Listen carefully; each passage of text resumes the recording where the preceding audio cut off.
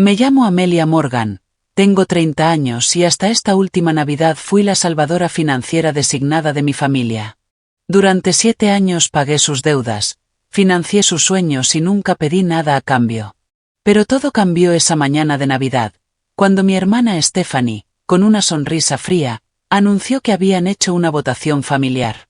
Amelia ya no es parte de la familia. El impacto me dejó sin aliento, pero yo estaba preparada. Sus risas se desvanecieron de inmediato cuando coloqué una carpeta roja debajo del árbol de Navidad. Si alguna vez te han traicionado las personas que más amas, déjame un comentario contándome desde dónde estás viendo este vídeo. Y si estás lista para escuchar cómo finalmente me enfrenté a años de manipulación, dale like y suscríbete. Crecí en un vecindario de clase media en Boston. Jamás imaginé que algún día mi familia me vería como un simple cajero automático con piernas. Vivíamos en una casa modesta de 2 pisos con un pequeño patio donde hacíamos parrilladas en verano. Papá era ingeniero y mamá enseñaba en la escuela primaria local. Stephanie siempre fue la guapa y popular, 3 años menor que yo, con el carisma y el encanto de mamá. Drew, el menor, me llevaba 5 años. Era el típico hijo consentido, atlético, pero sin motivación. Siempre esperaba que todo saliera bien sin esforzarse demasiado. Todo cambió cuando yo tenía 16. Papá anunció que se iba, que se había enamorado de su asistente administrativa. El divorcio fue caótico, amargo y nos destrozó económicamente. Papá se mudó a California con su nueva novia. Aunque enviaba la pensión alimenticia que correspondía, apenas alcanzaba para cubrir lo básico. Mamá hizo todo lo posible por mantener nuestro estilo de vida con su sueldo de maestra. Ahora tenemos que estar más unidas que nunca, me decía, apretándome la mano. La familia es lo único que tenemos. Esas palabras se convertirían en las cadenas que me ataron a ellos durante años. Mamá cambió después del divorcio. La mujer cálida y protectora se volvió dura, calculadora. 2 años después se casó con Jack Thompson, un hombre callado, pasivo, que trabajaba en una aseguradora y que parecía no tener opiniones propias. Se mudó a nuestra casa y rara vez intervenía en los asuntos familiares. Simplemente asentía a todo lo que mamá decidía. Jack es un proveedor, explicó mamá cuando le pregunté por qué se había casado con alguien que no parecía amar. Necesitamos estabilidad, Amelia.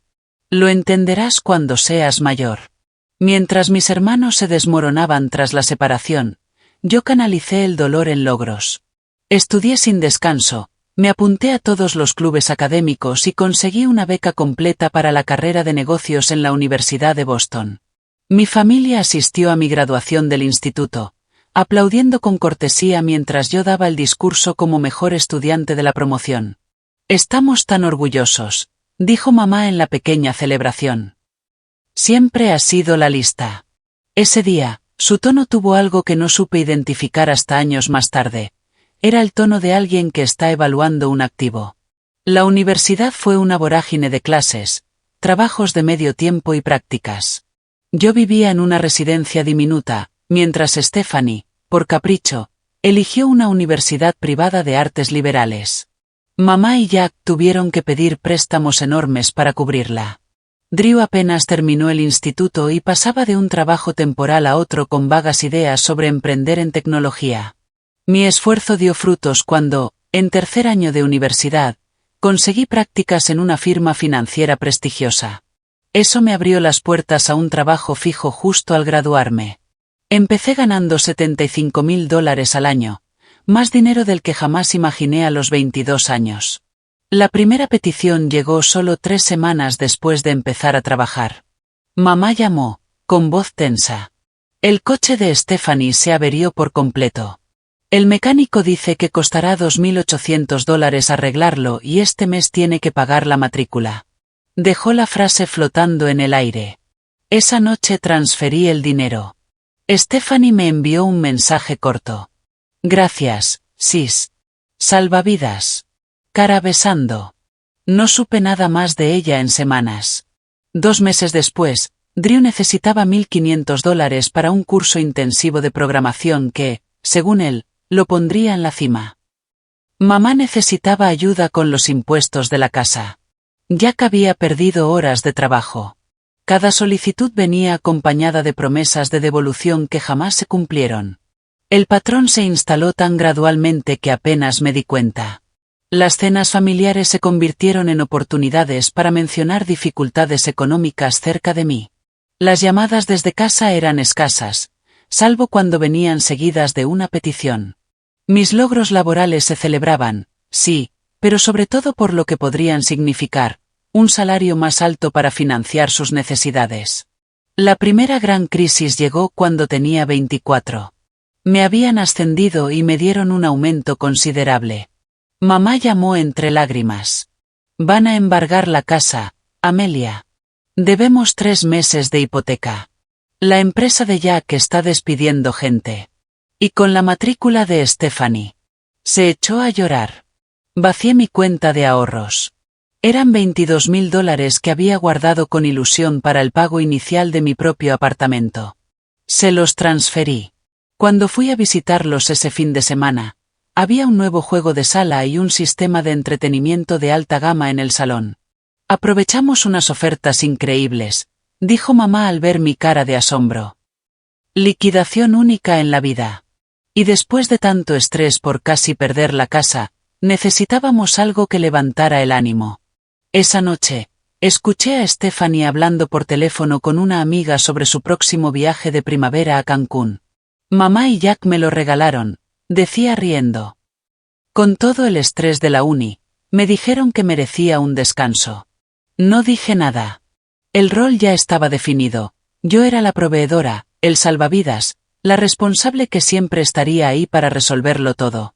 Y ellos, los merecedores de comodidades y lujos, sin importar la realidad financiera.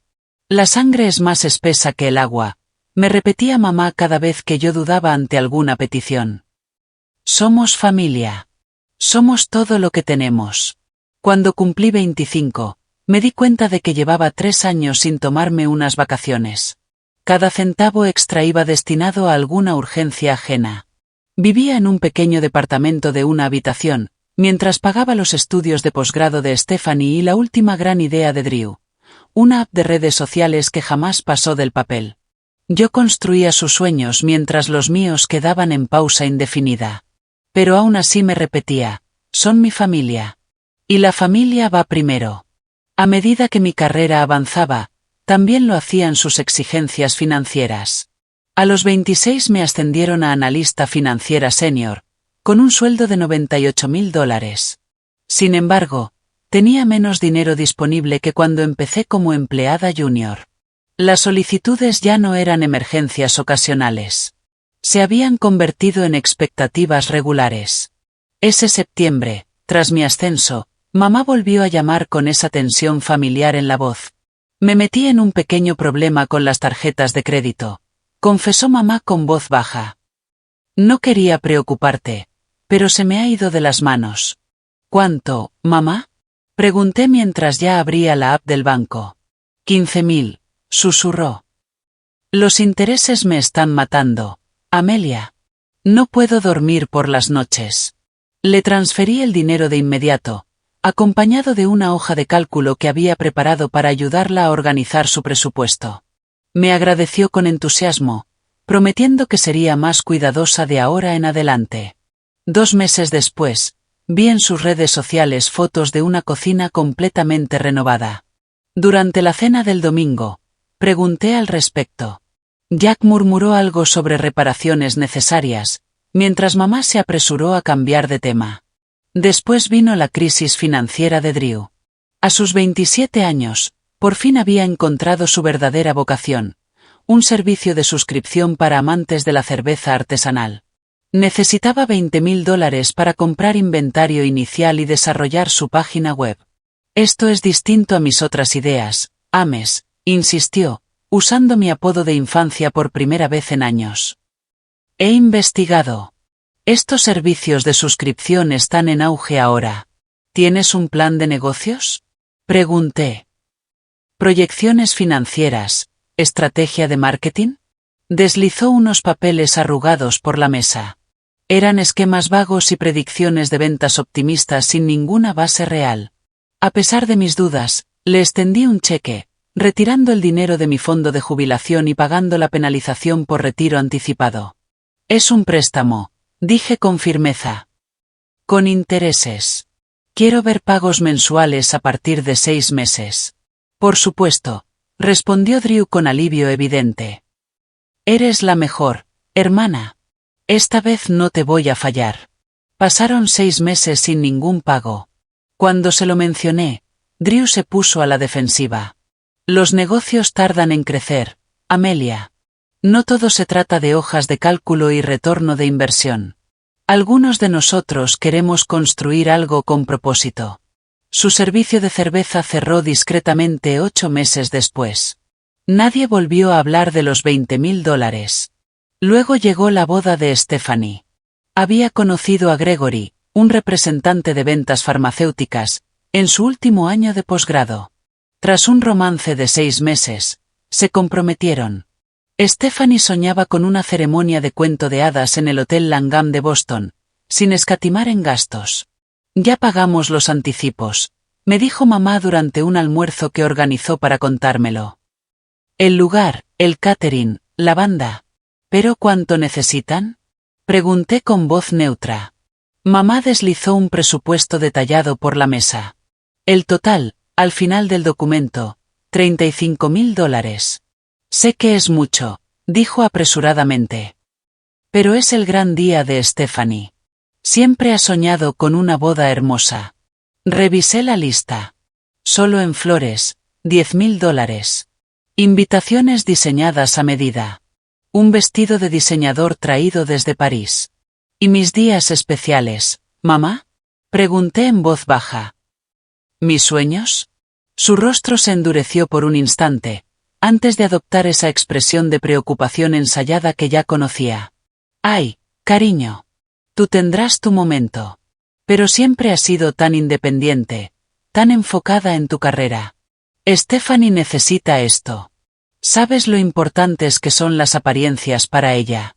Firmé el cheque. En la boda de Stephanie, me sentaron en una mesa lejana con primos que apenas conocía. Mamá, Jack y Drew estaban en la mesa principal con los recién casados. Durante su discurso, Stephanie agradeció a sus padres por hacer ese día posible, y a sus nuevos suegros por su generosa contribución. Mi nombre no fue mencionado.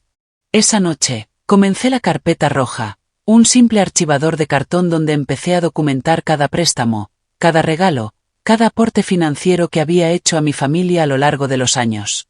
Cada entrada tenía la fecha, el monto, el propósito declarado y cualquier promesa de reembolso. El total me provocó náuseas, $127,000 en solo 4 años. Y eso sin contar regalos menores ni ayuda constante con gastos mensuales. Para mi cumpleaños número 29, ya también me encargaba de los pagos de la hipoteca. Jack había sido despedido otra vez, aunque empezaba a sospechar que en realidad ni siquiera estaba buscando trabajo. Mamá había reducido sus horas como profesora, alegando estrés y fatiga. Drew volvió a mudarse a casa tras el fracaso de su emprendimiento, sin aportar nada a los gastos. Stephanie y Greg compraron una hermosa casa colonial en un barrio prestigioso, con un estilo de vida que claramente no se podían permitir. Intenté establecer límites durante una cena familiar en abril. Necesito empezar a priorizar mi propio futuro financiero, expliqué con cuidado. Estoy dispuesta a ayudar en emergencias, pero no puedo seguir siendo la única fuente de apoyo para todos. La reacción fue inmediata y cruel. Después de todo lo que hemos hecho por ti, dijo mamá, con la voz temblorosa de emoción fabricada. Te crié sola después de que tu padre nos abandonó. Sacrifiqué todo para que tú pudieras salir adelante. Somos familia, agregó Drew. No se le da la espalda a la familia. Ni siquiera tienes otros gastos, dijo Stephanie con desprecio disfrazado de lógica.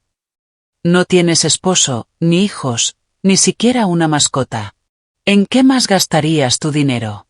Esa noche me fui con una migraña, y otra transferencia hecha desde mi cuenta. $3,000 para los impuestos de la propiedad que habían olvidado pagar. La carpeta roja seguía engordando. 3 meses después, me dieron otro ascenso. Asesora de inversiones senior, con un sueldo de $135.000 más bonos por rendimiento. No se lo conté a nadie en mi familia, pero de alguna manera se enteraron. Las solicitudes aumentaron en frecuencia y en monto. Todo quedó registrado en la carpeta. El dinero que había ahorrado para dar el enganche de un modesto apartamento, usado para sacar a Drew de sus deudas con tarjetas de crédito. Las vacaciones europeas que había planeado desde la universidad, canceladas para pagar la reparación del techo de mamá y Jack. Los cursos profesionales que quería tomar, postergados indefinidamente porque Stephanie necesitaba ayuda con sus facturas médicas, tras una cirugía estética. 7 años priorizando a los demás me habían dejado con un sueldo impresionante en papel, pero casi sin nada que mostrar en la realidad, sin propiedad, con pocos ahorros y una cuenta de jubilación que ya había sido saqueada varias veces. Pero más allá del daño financiero, lo que más dolía era lo emocional, la certeza creciente de que las personas por las que lo di todo me veían simplemente como un recurso cómodo para exprimir. La carpeta roja se convirtió en mi testimonio silencioso de años de abuso financiero disfrazado de deber familiar. Y a medida que crecía mi resentimiento, también crecía mi determinación. Algo tenía que cambiar. Tarde o temprano. Y ese momento llegó en un domingo aparentemente común de septiembre, 3 meses antes de Navidad. Había llegado temprano a la cena mensual familiar, usando la llave que mamá me había dado para emergencias, que casi siempre significaban entregar cheques o bolsas de comida.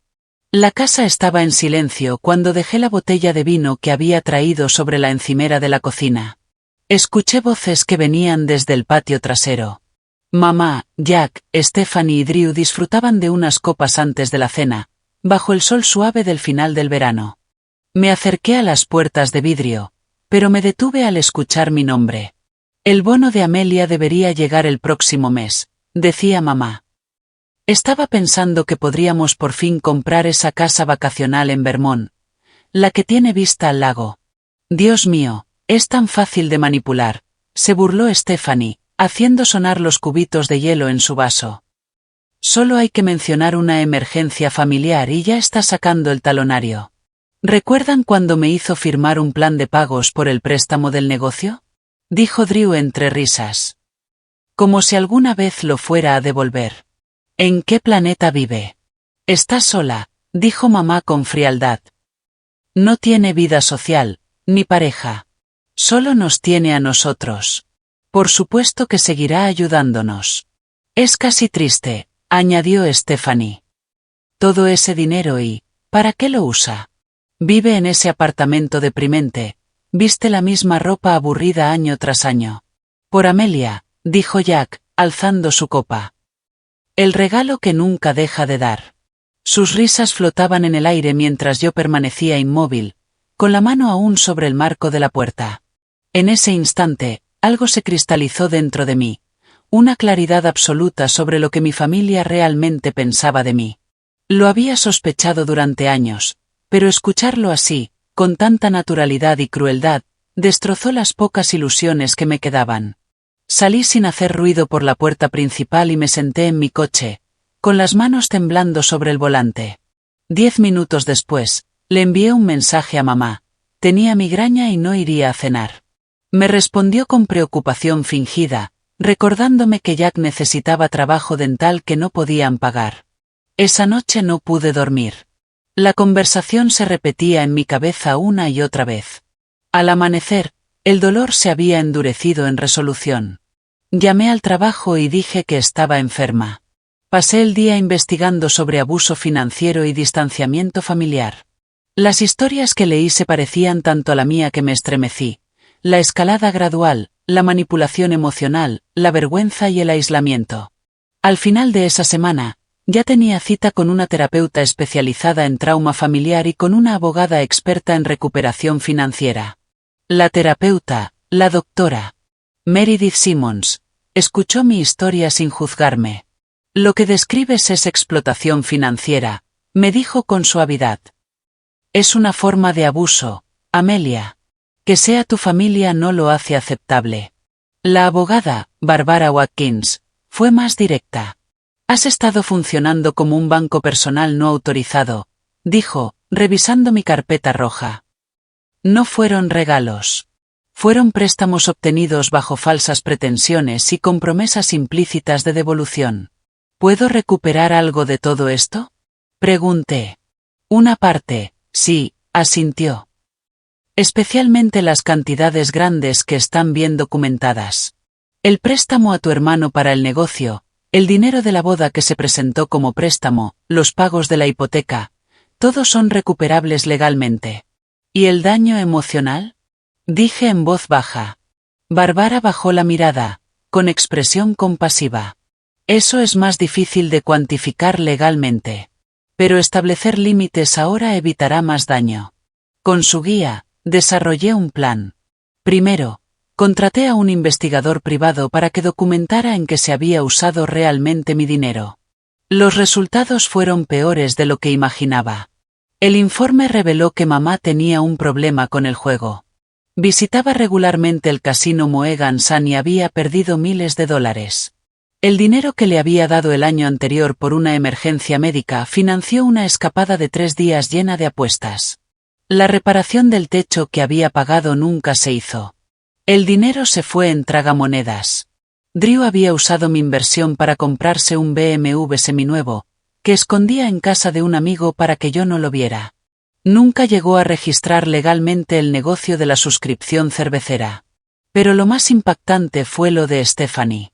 Las facturas médicas que yo había cubierto no eran por procedimientos necesarios, sino por cirugía estética. Además, ella y Greg habían comprado una casa vacacional en Maine el año pasado, justo cuando me dijeron que no podían pagar la hipoteca de su casa principal. El monto del anticipo coincidía exactamente con lo que les había prestado durante esa emergencia. Con toda esta información, y bajo la asesoría legal correspondiente, pasé octubre y noviembre preparando mi jugada final. Documenté cada cosa en la carpeta roja: transferencias bancarias, mensajes de texto con promesas de devolución, correos electrónicos detallando las supuestas emergencias. Tenía fotos del investigador privado mostrando el uso real del dinero.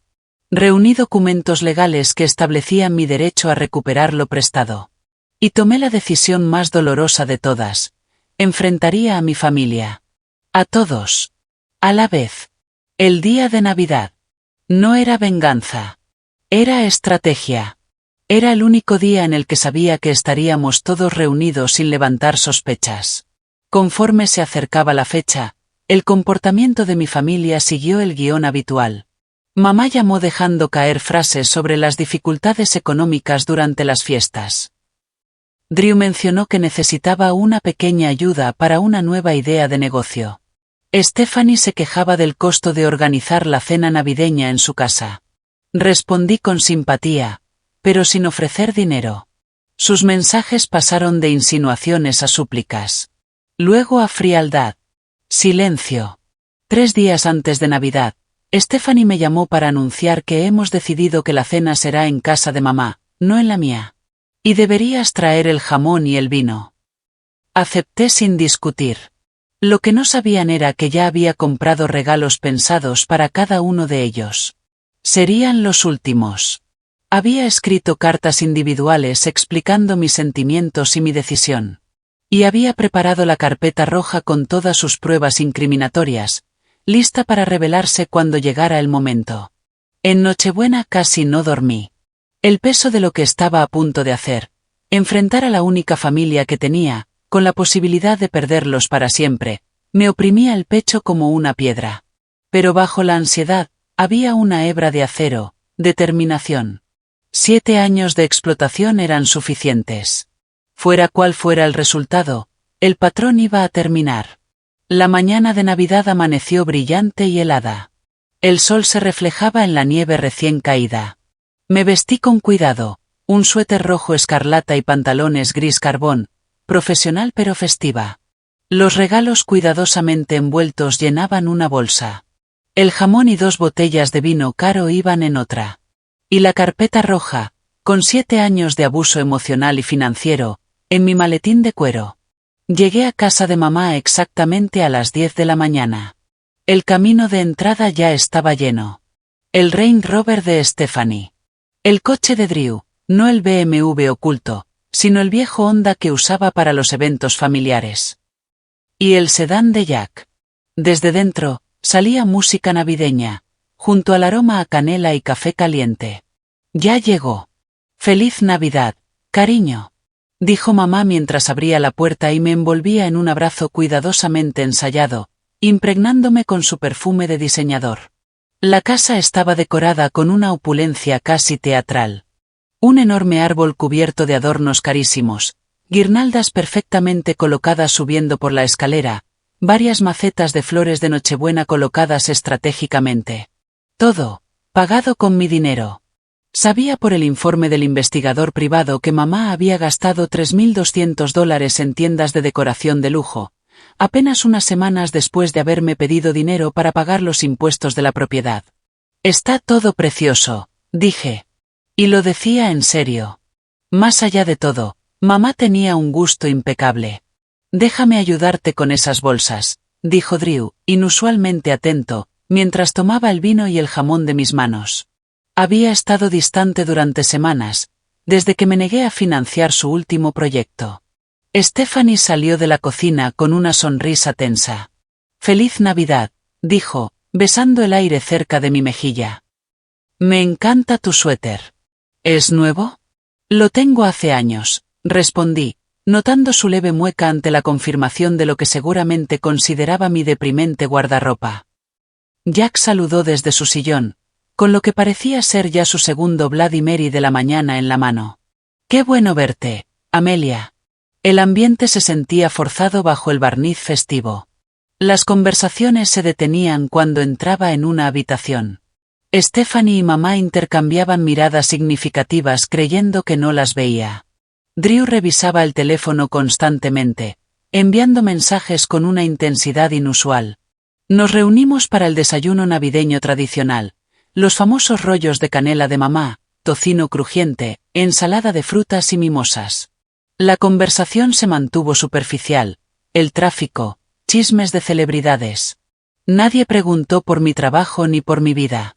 Nadie mencionó las solicitudes económicas que había estado ignorando durante semanas. «Estos rollos están deliciosos, mamá», comenté, rompiendo el silencio por un momento. «Son los mejores que has hecho. Este año usé vainilla de Madagascar real», presumió. «Hace toda la diferencia». Asentí, recordando el recibo del informe del investigador, $75 gastados en una tienda gourmet, justo al día siguiente de haberme pedido ayuda con la supuesta factura de electricidad atrasada. Después del desayuno, pasamos a la sala para los regalos. Siempre había sido un ritual coreografiado en nuestra familia, con mamá dirigiendo quién debía abrir qué y cuándo. Ese año, parecía más controlado que nunca, como si quisiera asegurarse de que ciertos regalos se abrieran primero. «Stephanie, ¿por qué no le das a Amelia tu regalo?», sugirió mamá con un tono extraño. Mi hermana me entregó un paquete mal envuelto. Dentro había una taza que decía: «La hermana más normalita del mundo». Ni siquiera era nueva. Tenía una mancha de café en el interior. «Qué linda», dije, dejándola a un lado. Drew me dio una tarjeta de regalo de $25 para una librería. El regalo de mamá y Jack fue una bufanda que reconocí del closet de mamá, aún con su perfume impregnado. Cuando llegó mi turno, entregué mis regalos cuidadosamente elegidos. Para Drew, una carpeta de cuero premium con su nombre grabado, en honor a sus constantes aspiraciones empresariales. Para Stephanie, unos pendientes de zafiro que combinaban con sus joyas de boda. Para mamá y Jack, un paquete de escapada de fin de semana en un resort de lujo del que una vez hablaron con ilusión. Sus reacciones lo dijeron todo. Sorpresa, sí, pero también incomodidad. Nadie comentó lo considerados o costosos que eran los regalos. Stephanie apenas miró los pendientes antes de dejarlos sobre la mesa. Drew jugueteaba con la carpeta, evitando mirarme. «Bueno», dijo mamá tras una pausa incómoda, «eso fue bastante generoso, sobre todo considerando». Miró a Stephanie, que se enderezó en su asiento. «De hecho», empezó mi hermana, con un tono que sonaba ensayado, Tenemos algo importante que hablar contigo, Amelia. La habitación quedó en silencio. Drew de pronto encontró fascinante el patrón de la alfombra. Jack tomó un trago largo. Hemos estado hablando como familia, continuó Stephanie, ganando confianza. Sobre nuestras dinámicas, sobre lo que es sano y lo que no. Ah, ¿sí? Pregunté con voz tranquila, aunque mi corazón latía con fuerza. Este era el momento. El que temía y, al mismo tiempo, esperaba. Sí. Y hemos tomado una decisión. Una decisión familiar. Miró a mamá, que asintió con una sonrisa alentadora. Hicimos una votación. ¿Una votación? Repetí. Sí. Sobre ti, Amelia, dijo Stephanie con un tono que de pronto se volvió cruel. Hemos decidido que ya no eres parte de esta familia. Las palabras colgaron en el aire. Tan directas, tan brutales, que por un momento no pude procesarlas. Lo que Stephanie quiere decir, intervino mamá con una expresión de falso pesar, es que creemos que hace falta un poco de distancia, unos límites más saludables. Te has vuelto controladora con el dinero, añadió Drew, aún sin mirarme. Siempre nos lo echas en cara, nos haces sentir culpables.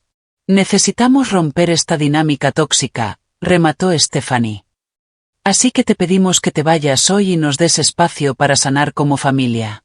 Mamá se secó los ojos con un pañuelo. Esto es tan difícil, cariño, pero es lo mejor. Para todos. Incluso para ti. Miré a sus rostros. La satisfacción mal disimulada de Stephanie. La incomodidad de Drew. El drama fingido de mamá. La indiferencia alcohólica de Jack. En ese instante, todo quedó claro.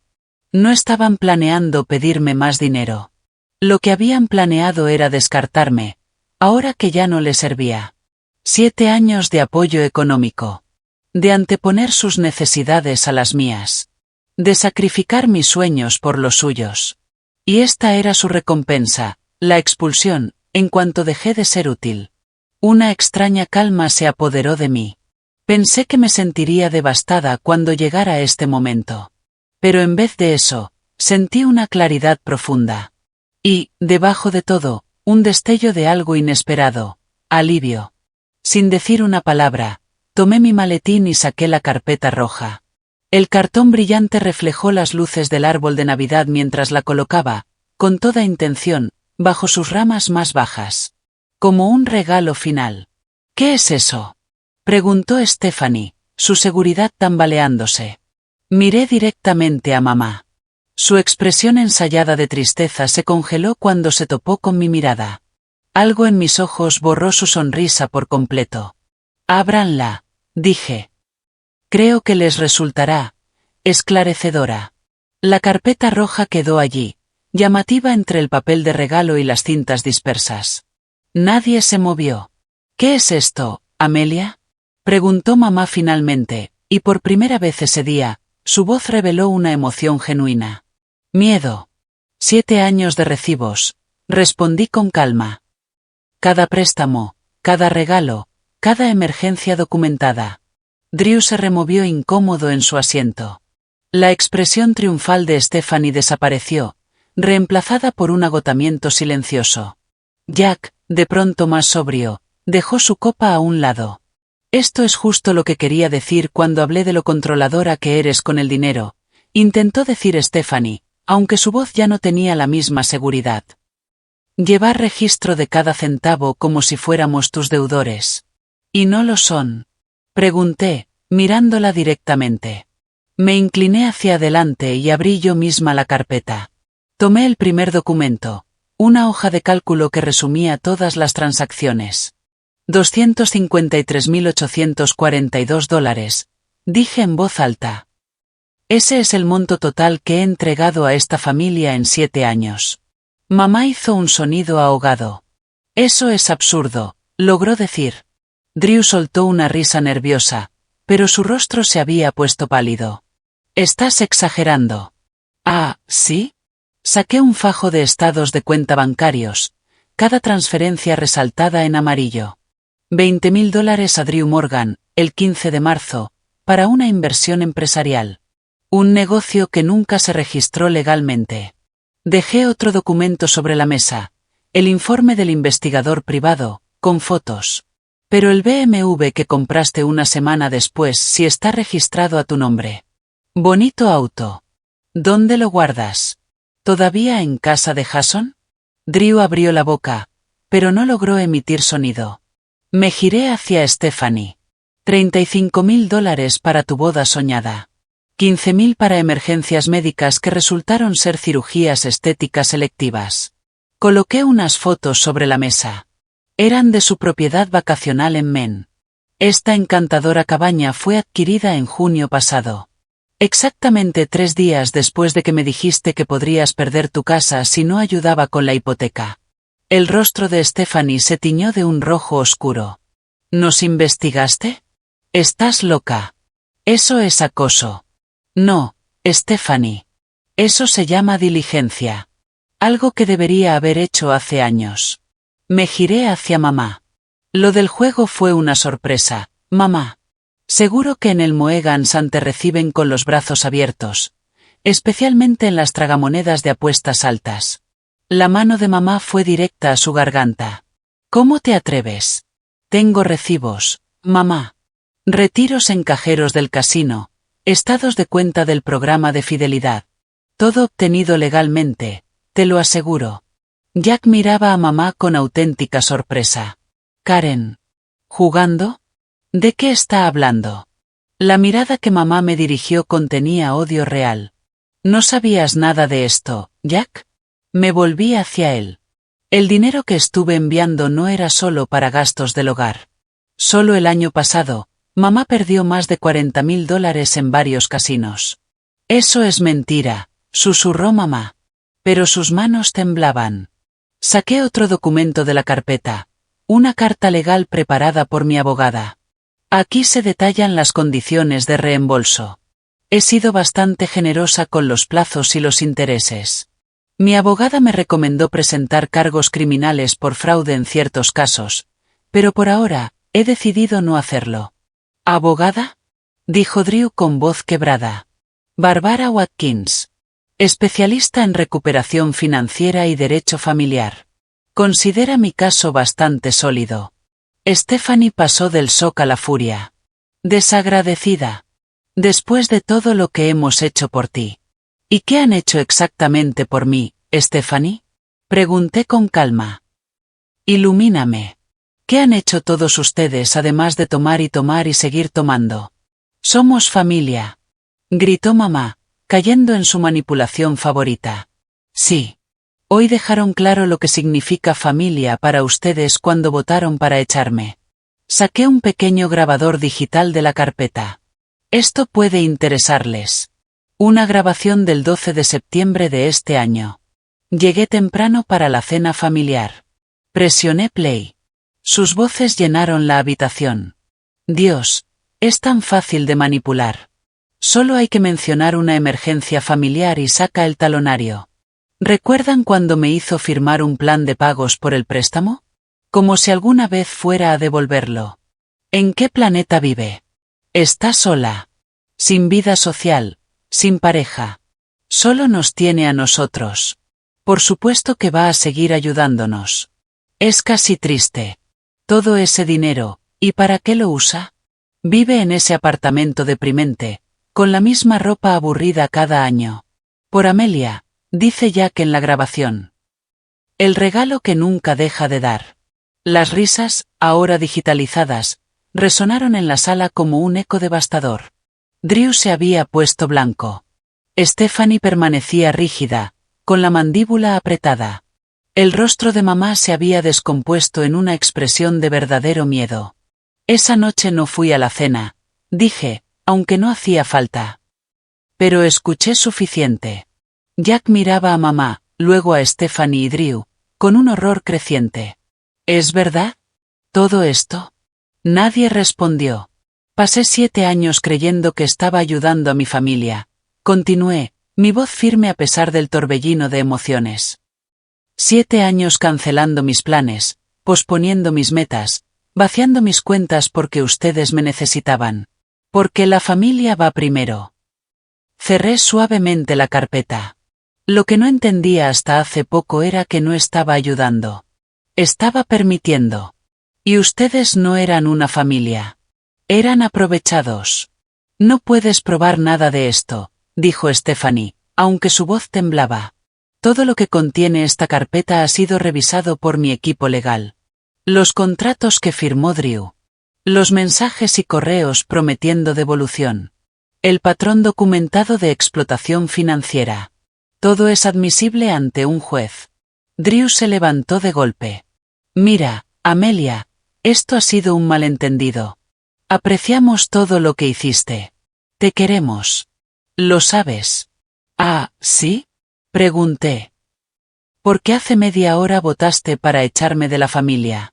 Fue idea de Stephanie, dijo rápido, recibiendo una mirada envenenada de nuestra hermana. No importa de quién fue la idea. Todos estuvieron de acuerdo.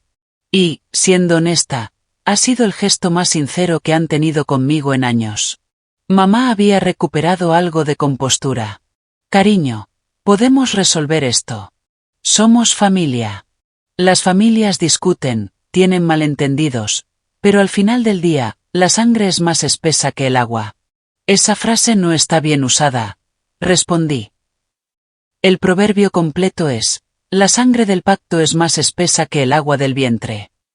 En realidad, significa lo contrario de como siempre la citaste. Los lazos que elegimos son más fuertes que los que heredamos. Me puse de pie, recogiendo los documentos y guardándolos de nuevo en la carpeta roja. Tienen dos opciones. Opción 1. Firman los acuerdos de reembolso. Se comprometen a ir a terapia familiar. Asumen la responsabilidad de sus actos. Establecemos límites saludables desde ahora. Deslicé la carpeta en mi bolso. Opción 2. Presento demandas individuales por recuperación financiera. Presento pruebas de fraude donde corresponda. Y llevo esto por la vía legal hasta las últimas consecuencias. ¿Demandarías a tu propia familia? Jadeó mamá. Según Stephanie, ya no tengo familia. Me colgué el bolso al hombro. Tienen hasta el día de Año Nuevo para decidir. Mi abogada se pondrá en contacto con los papeles. Stephanie se puso de pie de golpe. Eres una santurrona calculadora. Te crees mejor que nosotros. Al menos nosotros sabemos vivir. Tú solo conoces el trabajo y el dinero. Ahí te equivocas, Stephanie, respondí con calma. Sé mucho sobre amor, lealtad y sacrificio. He pasado 7 años demostrando esos valores. Lo que finalmente entendí es que para que tengan valor, deben ser recíprocos. Me giré hacia la puerta, pero me detuve. Una cosa más. Los regalos que les di hoy, están pagados. Sin condiciones, agregué. Considérenlos un gesto de despedida, y un recordatorio de lo que es la generosidad verdadera. Mientras me dirigía hacia la puerta, Drew me llamó desde atrás. Amelia, espera. ¿No podemos hablar de esto? Me giré una última vez, observando la escena. Las decoraciones navideñas tan elegantes, los regalos caros, los rostros de las personas que habían sido el centro de mi mundo durante tanto tiempo. Ya no hay nada que hablar, dije en voz baja. La carpeta roja dijo todo lo que tenía que decir. La puerta se cerró detrás de mí con un clic suave. Final. Como un punto al final de una oración demasiado larga. No había llegado aún a mi coche cuando la puerta se abrió de golpe. Stephanie salió furiosa, aún en pantuflas, con el rostro encendido de rabia. No puedes soltar una bomba así e irte como si nada. Gritó, su aliento visible en el aire frío. Me giré para enfrentarla. La nieve crujió bajo mis botas. No solté una bomba, Stephanie. Presenté pruebas. Hay una diferencia. Drew salió después, seguido de mamá y, por último, Jack, que parecía completamente desconcertado. Se agruparon en el porche como un pequeño frente de defensa, unidos, como siempre, ante cualquier amenaza externa, incluso si esa amenaza era la misma persona que los había sostenido financieramente durante años. Tranquilicémonos y hablemos con calma, intervino Drew, intentando adoptar el papel de mediador que a veces le gustaba jugar cuando le convenía. Vuelve adentro, Amelia. Está helando aquí afuera. No me interesa otra conversación en la que me hagan luz de gas y manipulen mis emociones, respondí. Ya dije lo que tenía que decir. La documentación habla por sí sola. Esto siempre ha sido sobre el dinero contigo, dijo mamá, adoptando ese tono herido que había perfeccionado a lo largo de los años. Siempre llevando la cuenta, anotando cada centavo. No se trata del dinero, la interrumpí. Se trata de respeto, de aprecio, de honestidad, cosas que han estado visiblemente ausentes en nuestra relación. ¿Y estás dispuesta a destruir a tu familia por unos malentendidos? Espetó Stephanie. Ustedes destruyeron a esta familia, respondí con calma. Cada vez que se aprovecharon. Cada vez que mintieron sobre una supuesta emergencia. Cada vez que me despreciaron mientras gastaban mi dinero. Y hoy, cuando declararon abiertamente que yo ya no formaba parte de esta familia. Mamá dio un paso al frente, cambiando de táctica. Cariño, estábamos alterados. No queríamos decir esas cosas. ¿Sabes cómo se altera Stephanie? No me eches la culpa. Saltó Stephanie. Tú estuviste de acuerdo con todo lo que dije. Porque manipulaste la situación, como siempre, respondió mamá, olvidando por un momento su papel de mártir herida. Mientras discutían, Jack se acercó a mí con el rostro sombrío. Amelia, no tenía idea, sobre lo del juego. Ni de nada de esto, en realidad, bajó la voz. Karen siempre manejó las finanzas. Me decía que tu ayuda era ocasional, solo para emergencias. ¿Y nunca lo cuestionaste? Le pregunté. ¿Las remodelaciones, las vacaciones, los muebles nuevos? ¿Todo eso con un sueldo de profesora y tu empleo intermitente? Su expresión fue de vergüenza auténtica. No quería saber. Supongo que fue más fácil no hacer preguntas. La ignorancia voluntaria sigue siendo una elección, Jack. Nuestra conversación fue interrumpida por Drew, que se había apartado del enfrentamiento entre mamá y Stephanie. Sobre el BMW, empezó. No me importa el coche, Drew. Me importa que me hayas mentido. Que nunca tuviste la intención de construir ese negocio, ni de devolver ese préstamo. Iba a hacerlo, insistió. Solo que, se complicaron las cosas. No se complicaron. Se volvieron cómodas, lo corregí. Era más fácil tomar que ganarse las cosas.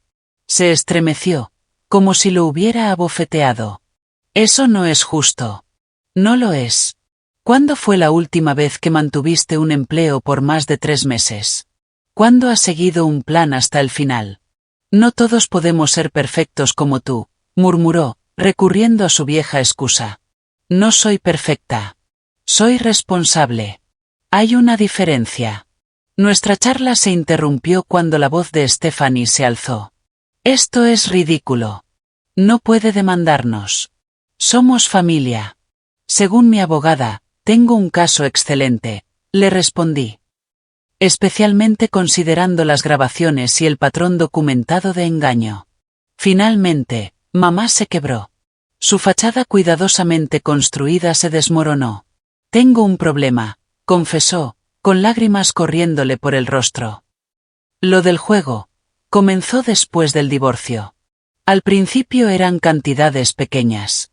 Me hacía sentir algo que no fuera fracaso o abandono. Mamá, empezó Stephanie. No, ya basta. Es momento de decir la verdad, la interrumpió mamá, alzando la mano. Les he mentido a todos. El dinero que Amelia nos dio, mucho fue a parar a los casinos. Pensaba que ganaría lo suficiente para devolverlo. Que lo arreglaría todo. Me miró con una expresión que por primera vez parecía de arrepentimiento sincero. Nunca quise que llegara tan lejos. Pero lo permitiste, dije, sin dureza. Tuviste muchas oportunidades de pedir ayuda de verdad. De ser honesta. Sentía vergüenza, susurró. Y luego simplemente, era más fácil seguir tomando y fingir que todo estaba bien. Stephanie miraba a mamá con una expresión de horror naciente. La segunda hipoteca, la que dijiste que era para las reparaciones. Su voz temblaba. ¿Tampoco era verdad? Mamá negó con la cabeza, incapaz de hablar. Un silencio denso se apoderó del grupo. Solo se oía a lo lejos la risa de unos niños jugando en un jardín vecino. La imagen de la familia perfecta que siempre habíamos pretendido ser, se rompió para siempre. ¿Y ahora qué? Preguntó finalmente Drew. Como dije, respondí, tienen opciones. Saqué 5 sobresellados de mi bolso. Estas cartas detallan mis condiciones para seguir adelante. Léanselas con atención. Incluyen los cronogramas de pago, los requisitos para terapia, tanto individual como familiar, y las condiciones para mantener algún tipo de relación conmigo. Fui entregándoselos uno a uno. No son negociables. O se comprometen a reparar el daño y cambiar completamente la dinámica, o lo resolvemos por la vía legal. ¿Y si aceptamos tus términos? Preguntó Stephanie, dándole la vuelta al sobre en sus manos. Entonces intentamos reconstruir algo más sano. Algo basado en respeto mutuo y no en la explotación. ¿Y si no podemos pagar todo? Preguntó Drew. El cronograma tiene en cuenta sus ingresos. Es justo. También incluye alternativas, servicio comunitario y otras formas de restitución. Los miré a cada uno, con firmeza. Esto no se trata de recuperar hasta el último dólar. Se trata de rendir cuentas. ¿Y lo de la terapia familiar? Preguntó mamá en voz baja. Esa es, en realidad, la condición más importante, respondí. El dinero se puede reemplazar. La confianza, no. Ahí estaban, de pie en el porche, sosteniendo sus sobres. De pronto se veían más pequeños, menos imponentes que hacía unas horas. El equilibrio de poder había cambiado por completo, y todos lo sabíamos. Nunca quise que esto terminara así, dije, con un leve tono de ternura en la voz. Yo solo quería formar parte de una familia que se amara y se respetara, que se apoyara de verdad en los momentos difíciles, que celebrara los logros ajenos en vez de aprovecharse de ellos. Te queremos, dijo Drew en voz baja. El amor sin respeto no es amor, respondí. Es solo otra forma de uso. Me giré para marcharme, pero me detuve una última vez. 3 meses. Sin contacto. Durante ese tiempo consideren sus opciones y comiencen el trabajo detallado en esas cartas. Después, reevaluaremos, pero no en base a promesas, sino a acciones. Mientras conducía de regreso, los vi por el retrovisor, seguían de pie en el porche, con los sobres aún en la mano. Por fin, la imagen de familia perfecta revelaba su verdadero rostro. Sentí una mezcla compleja de tristeza, alivio y algo más, algo que no supe identificar de inmediato. No fue hasta que estaba a mitad de camino que lo entendí. Libertad. Por primera vez en 7 años, estaba libre del peso aplastante de expectativas imposibles y obligaciones interminables. Libre para construir mi propia vida, bajo mis propias condiciones. Lo que viniera después, si decidían asumir la responsabilidad o seguir negándolo todo, ya no me ataba. Había recuperado mi autonomía. La carpeta roja había cumplido su propósito. Y entendí que ese había sido el mejor regalo de Navidad que podía hacerme. 6 meses después de aquella mañana decisiva de Navidad, estaba sentada en el consultorio de la doctora Simmons para nuestra sesión quincenal de terapia. Las flores de cerezo frente a su ventana ya habían florecido y caído, y el verano comenzaba a sentarse sobre Boston con su típica humedad. ¿Cómo te sientes respecto a la reunión familiar de mañana? Preguntó, notando que jugueteaba con mis manos. ¿Nerviosa? Admití. Han pasado 3 meses desde nuestro último encuentro estructurado. Muchas cosas han cambiado. Sin duda, asintió. Repasemos tus límites, por si acaso. El desenlace tras la confrontación de Navidad se desarrolló de formas inesperadas. Al principio, hubo enojo, mensajes de texto furiosos, llamadas llenas de exigencias para que retirara mis acusaciones ridículas y amenazas emocionales. Luego vino la negociación, Ofertas para devolver pequeñas sumas si desistía de las acciones legales, intentos por suavizar los requisitos de terapia. Finalmente, cuando mi abogada dejó claro que hablaba en serio, empezó a germinar algo parecido a la aceptación. Mamá fue la primera en comprometerse realmente con el cambio. 3 semanas después de Navidad, se inscribió en un programa para personas con adicción al juego y comenzó a asistir a reuniones de jugadores anónimos. La evaluación inicial reveló la magnitud del problema. Más de $200.000 perdidos en 5 años, múltiples tarjetas de crédito secretas y 2 préstamos adicionales que ni siquiera había revelado. Fue su fondo de tocar fondo, le conté a la doctora. Cuando Jack finalmente se enteró de todo, le dio un ultimátum. «Busca ayuda o me voy». «¿Y cómo ha progresado su recuperación?», preguntó la doctora. «Lleva 6 meses sin jugar», respondí. «Está trabajando con un asesor financiero además de su especialista en adicciones.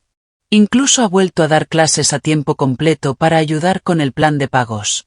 La resolución financiera fue compleja, pero necesaria. Con la guía de mi abogada, establecimos acuerdos legalmente vinculantes con cada miembro de la familia. Mamá y Jack vendieron su tiempo compartido vacacional y su segundo auto. Drew finalmente vendió el BMW. Stephanie y Greg, a regañadientes, pusieron a la venta su casa principal. ¿Y tu hermano? Mencionaste algunos avances positivos, recordó la doctora. Asentí, dejando escapar una pequeña sonrisa. Drew terminó el programa de formación técnica. Desde hace 3 meses trabaja como técnico de soporte en informática. Es el empleo más estable que ha tenido desde la universidad. Debe ser gratificante verlo. Lo es. Está distinto. Más centrado. La semana pasada me dijo que la estructura y la responsabilidad le han hecho bien, que por primera vez en años, se siente orgulloso de sí mismo. No todos los cambios fueron tan positivos. Stephanie cumplió con los términos financieros, pero seguía enfadada y se resistía al proceso terapéutico. Asistía a las sesiones familiares obligatorias, pero participaba lo mínimo, como si estuviera soportando un castigo, no buscando sanar.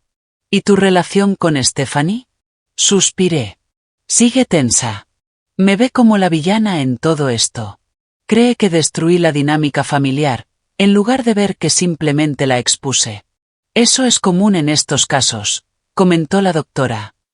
Muchas veces, quien rompe el patrón disfuncional se convierte en el blanco del resentimiento. Lo sé. Estoy tratando de aceptar que quizás nunca tendremos la relación que yo alguna vez esperé. Fuera del proceso, mi vida personal floreció de formas inesperadas. Al liberarme del peso económico de mantener varios hogares, finalmente pude comprar mi propio apartamento. Un luminoso piso de 2 habitaciones en Cambridge, con un pequeño balcón perfecto para cultivar ese jardín en macetas que siempre había soñado. Me uní a un club de lectura y a un grupo de senderismo. Comencé a rodearme de personas que no esperaban nada de mí salvo mi compañía y conversación. Incluso empecé a salir con Michael, un arquitecto amable y reflexivo que conocí en una gala de recaudación de fondos para un programa de educación financiera donde empecé a hacer voluntariado. Has creado toda una vida para ti misma en estos 6 meses, observó la doctora Simmons. Por primera vez, se siente como mi vida, respondí. Las sesiones de terapia familiar, guiadas por el Dr. Carter, fueron difíciles pero reveladoras. Mapeamos los patrones de disfunción, analizamos los roles que cada uno había desempeñado, y comenzamos el doloroso proceso de establecer formas más sanas de relacionarnos. Le conté cómo la ausencia de mi padre me había marcado más de lo que pensaba. Cómo intenté llenar ese vacío volviéndome indispensable para todos. Cómo confundí el apoyo económico con amor, porque no sabía cómo darlo de otra manera, y ellos tampoco sabían cómo recibirlo de otra forma. Los sistemas familiares se desarrollan con un propósito, agregó la doctora Simmons. Incluso si ese propósito, con el tiempo, se vuelve destructivo. En cuanto al aspecto legal, se resolvió con más fluidez de lo que esperaba. Una vez que mi familia entendió que iba en serio, accedieron al plan estructurado de reembolso. Los pagos mensuales comenzaron a llegar de forma constante, aunque no siempre con buena cara. La cantidad total nunca igualaría lo que entregué a lo largo de los años, pero el reconocimiento de la deuda, en muchos sentidos, valía más que el dinero mismo. La reunión de mañana será diferente, dije en voz alta, pensando en voz alta. Es la primera vez que nos juntaremos de manera informal desde Navidad. Sin abogados, sin terapeutas. Solo, la familia, cenando junta. Y tú has establecido límites claros para esa interacción, afirmó la doctora Simmons. Sí. Lugar neutral, un restaurante en el centro. Tiempo limitado a 2 horas. Prohibido hablar de temas financieros fuera de los acuerdos ya establecidos. Cada quien se encarga de su transporte y de sus gastos. La doctora asintió con aprobación. ¿Y tus límites internos? ¿Qué harás si vuelven a surgir patrones antiguos? Los nombraré en el momento. Y si persisten, me retiraré. Respiré hondo. Y recordaré que su comportamiento habla de ellos, no de mí. Que no soy responsable de solucionar sus problemas, ni de gestionar sus emociones. Excelente. Has avanzado muchísimo, Amelia. Y era verdad. El viaje de los últimos 6 meses me había transformado en formas que aún estaba descubriendo. Había aprendido a priorizar mi bienestar sin sentir culpa, a identificar la manipulación aunque se disfrazara de cariño, a entender que la verdadera generosidad nace de la elección, no de la obligación. Pero, sobre todo, había ampliado mi definición de familia. Ahora, mi círculo de apoyo más cercano incluía amigos que celebraban mis logros sin envidia, que ofrecían ayuda sin llevar la cuenta, que me querían por quien soy, y no por lo que podía darles. Esa noche, me reuní con mi amiga Tara para tomar un café. Nos habíamos conocido en el grupo de apoyo para víctimas de abuso financiero al que me uní en enero. Ambas navegábamos ese terreno complicado del distanciamiento familiar y la reconciliación. ¿Nerviosa por mañana?, preguntó mientras nos acomodábamos en nuestra mesa favorita. Aterrada, admití. ¿Y si todo vuelve a desmoronarse? ¿Y si no han cambiado de verdad? Entonces lo manejarás, respondió ella con sencillez. La diferencia es que ahora sabes que puedes irte si lo necesitas. Ya no estás atrapada. Sus palabras me acompañaron mientras me preparaba para dormir esa noche. La carpeta roja, la misma que había contenido toda mi documentación, ahora guardaba algo distinto. Entradas de diario que narraban mi proceso de sanación. Afirmaciones positivas para los días difíciles. Fotos de mi nueva vida y de las personas que la llenaban de luz. Pasé mis dedos por el cartón brillante, recordando cómo se sintió colocarla bajo el árbol de Navidad 6 meses atrás. Había cumplido su propósito. Transformarse de un archivo de explotación en un testimonio de crecimiento. Mi primera Navidad después de la confrontación sería muy distinta a cualquier otra que hubiera vivido. Tal vez la cena de mañana abriría la puerta a una sanación más profunda. O tal vez confirmaría que algunas distancias no pueden cruzarse. De cualquier forma, celebraría las fiestas en mis propios términos. Quizá con Michael y los amigos que se habían convertido en mi familia elegida. Quizá en la tranquila soledad de mi nuevo hogar. Quizá incluso con algunos miembros de mi familia biológica, si nuestro proceso de sanación continuaba. El camino hacia adelante seguía siendo incierto. Pero por primera vez en mi vida adulta, esa incertidumbre no se sentía como miedo, sino como libertad. Había aprendido que defenderme no era egoísta, sino necesario. Que poner límites no es levantar muros, sino definir con claridad dónde termino yo, y dónde empiezan los demás. Que el amor sin respeto es solo otra forma de uso. Y, lo más importante, descubrí que el mayor regalo que podía darme era el coraje de decir la verdad, sin importar las consecuencias. La carpeta roja había sido solo el comienzo. La verdadera historia era lo que ocurrió después. El proceso doloroso y hermoso de reconstruir una vida basada en la autenticidad, no en la obligación. Mientras me dejaba llevar por el sueño, sentí como la gratitud me envolvía. No por lo que había perdido, sino por lo que había encontrado. A mí misma. Mi voz. Mis límites. Mi valor. La carpeta roja lo cambió todo. Y no lo cambiaría por nada del mundo. ¿Alguna vez has tenido que enfrentarte a familiares que se aprovecharon de tu generosidad? Me encantaría leer tu historia en los comentarios. Recuerda, poner límites no es egoísmo. Es necesario para cuidar tu bienestar. Si esta historia resonó contigo, dale like y suscríbete para más relatos de fortaleza y crecimiento personal. Compártelo con alguien que necesite saber que está bien ponerse a sí mismo en primer lugar. Gracias por escuchar mi historia. Y recuerda, tu valor no se mide por lo que das a los demás, sino por cómo te honras a ti misma.